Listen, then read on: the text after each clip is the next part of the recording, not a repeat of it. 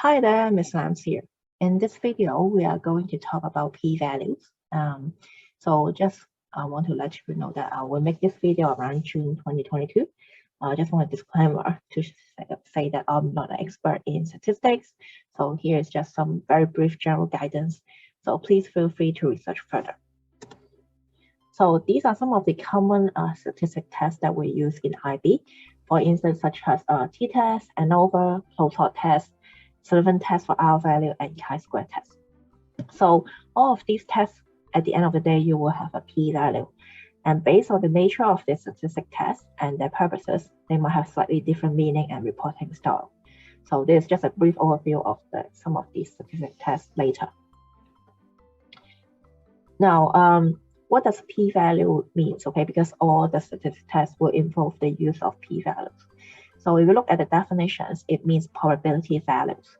So a p-value, a probability value, is a number that describing how likely it is your data would have occurred under the null hypothesis of your statistic test.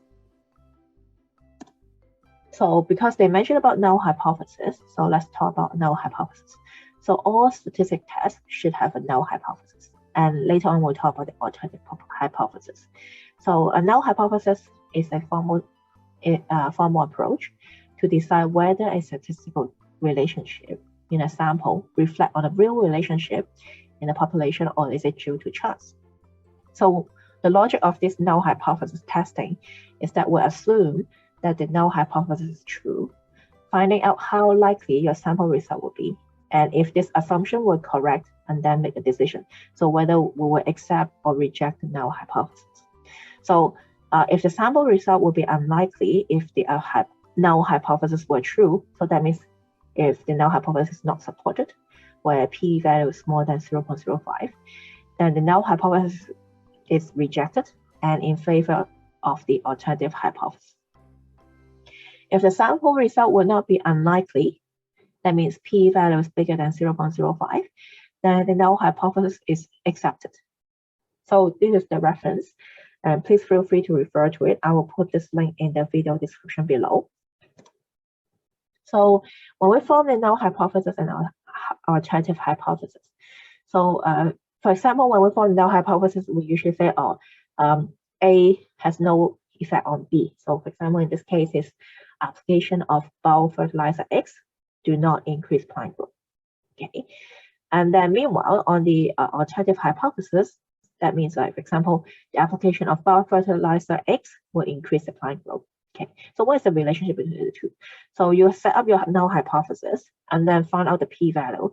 And turns out if the p-value is smaller than 0.05, then this will reject the null hypothesis and support the alternative hypothesis.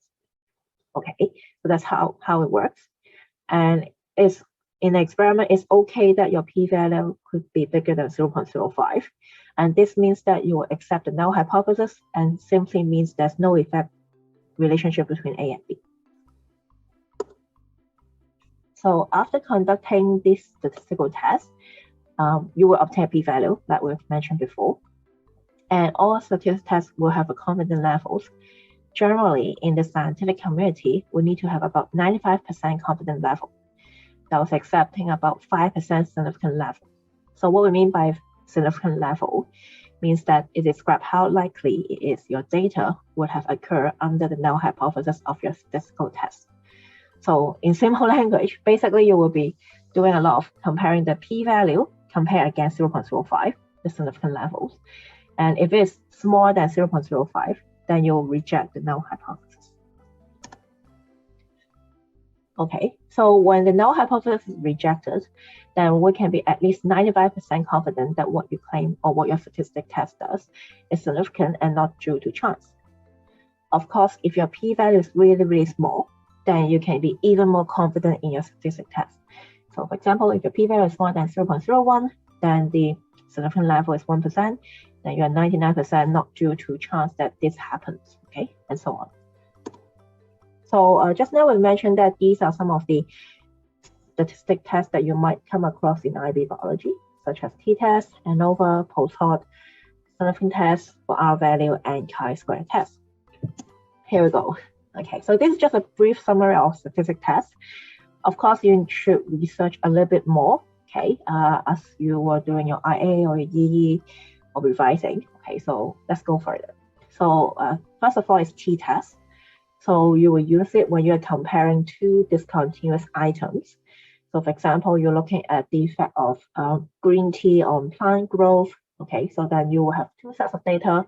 One is the negative control, such as water on plant growth, and the second one is, let's say, 1% of green tea on plant growth.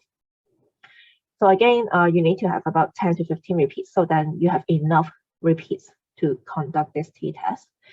And then the next one that you need to think about is whether you want to do a one-tailed t-test or two-tailed t-test. Now you will conduct a one-tailed t-test if you know which one will be higher or lower. So there's a direction in your statistic test. Or if you have no idea which one will be higher or lower, there's no direction, then you can conduct a two-tailed t-test. End of the t-test, you will come across a p-value, okay? And then you compare against 0.05. And you will reject the null hypothesis, okay, if the is smaller than 0.05. So, and then how you report it. So for example, for one-tailed t-test, you will say, oh, p-value is so and so, okay, numbers. And then you mention what is the significant levels, and then how many percent is not true due to, that's not due to chance that A is significantly higher or lower than B, okay. And then in the two-tailed t-test, then again, you have the p-values, and I mentioned the significant levels, and then the confidence levels. So for example, 95% not due to chance that there's a certain difference between A and B. Okay, so that's how you conduct the t-test.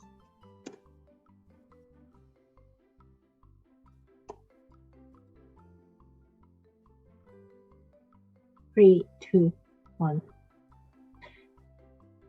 Okay, so the first one we will talk about is t-test. Okay, you will use t-test when you have two discontinuous IV items. So for example, you were looking at the effect of green tea on plant growth.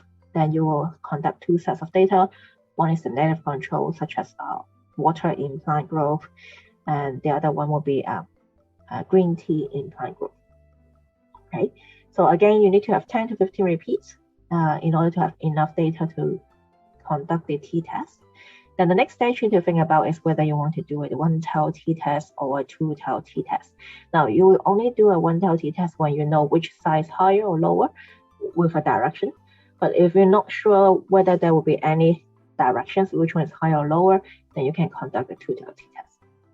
Again, after the t-test, you will obtain a p-value, and you compare this p-value against 0.05. If it's smaller than 0.05, then you will reject the null hypothesis.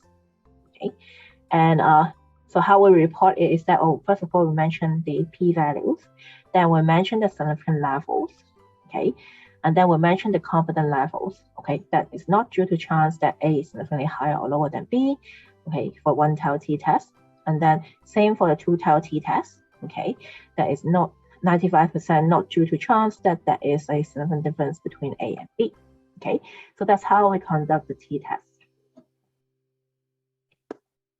Now, the next one is ANOVA. Okay, so ANOVA is when you're comparing more than two discontinuous IV items. Again, you need to have about 10 to 15 repeats per increments in order to have enough data to run this test.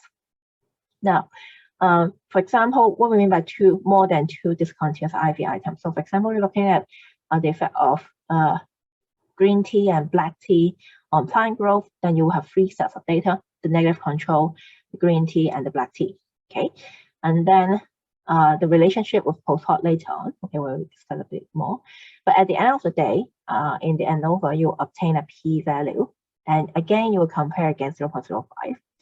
So if it's smaller than 0.05, that means that amongst all the comparison pairs, at least one pair is significantly different. So need to conduct a post-hoc test to find out which comparison pair. So that means, for example, you're comparing water against black tea, water against green tea, and then black tea against green tea. Okay, so there are 3 comparisons, right? Now, the application of ANOVA is that they are doing the comparison all in one go in order to reduce the type 1 error. Okay, again, so for the details of reporting, you can see the ANOVA PowerPoint and videos.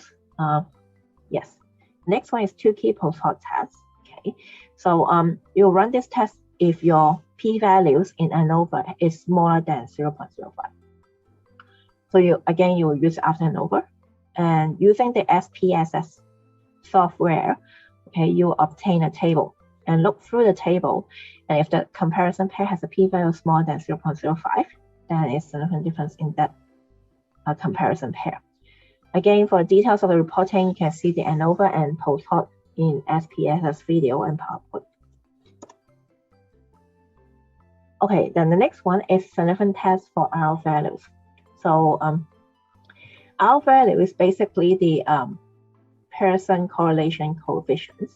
So generally speaking, if it's like closer to +1, then stronger the positive correlation. Closer to -1, then stronger the negative correlation. And when it's closer to 0, that means there's no correlation. Okay, so we will need to run a significant test to show that, oh, this is statistically true.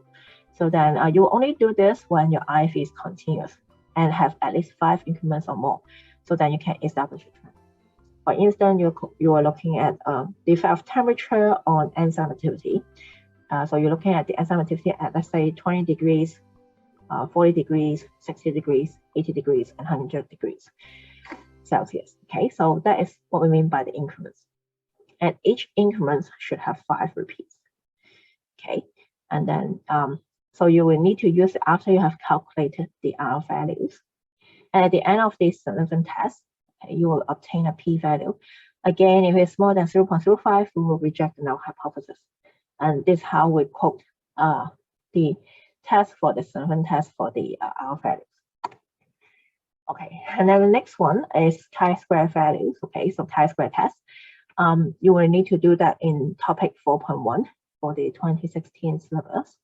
Okay, so chi-square test, and it's there to show if there's any association between 2 species.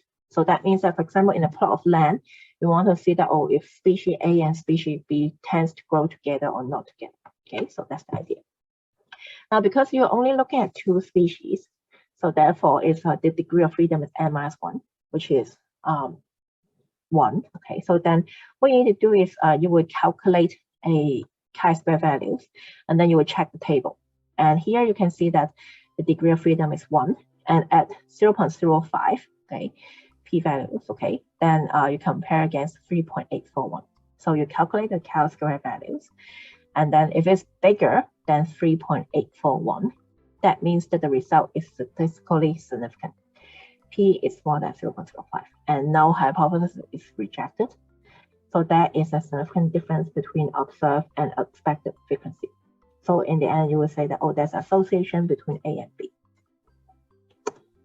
Okay, another one that you will use a chi-square test is in high level in the inheritance part. You're looking at if the 2 genes are linked. So if the 2 genes are linked, then when you are comparing the expected and observed data, there will be a significant difference. So in a dihybrid cross involving 2 genes, the degree of freedom is n-1, which is 4 phenotype. So that means 4 minus 1 is 3. Again, you check the table, the degree of freedom was 3, and then you're using the significant level of 5%, 0.05. Then the critical value here is 7.815. That means if you have calculated the chi-square value that's bigger than 7.815, that means that the result is statistically significant. So P is smaller than 0.05. And the null hypothesis is rejected. So there is a significant difference between observed and expected values. So the conclusion is that the 2 genes are linked. So that's about it. I hope you will find this video useful. Bye for now.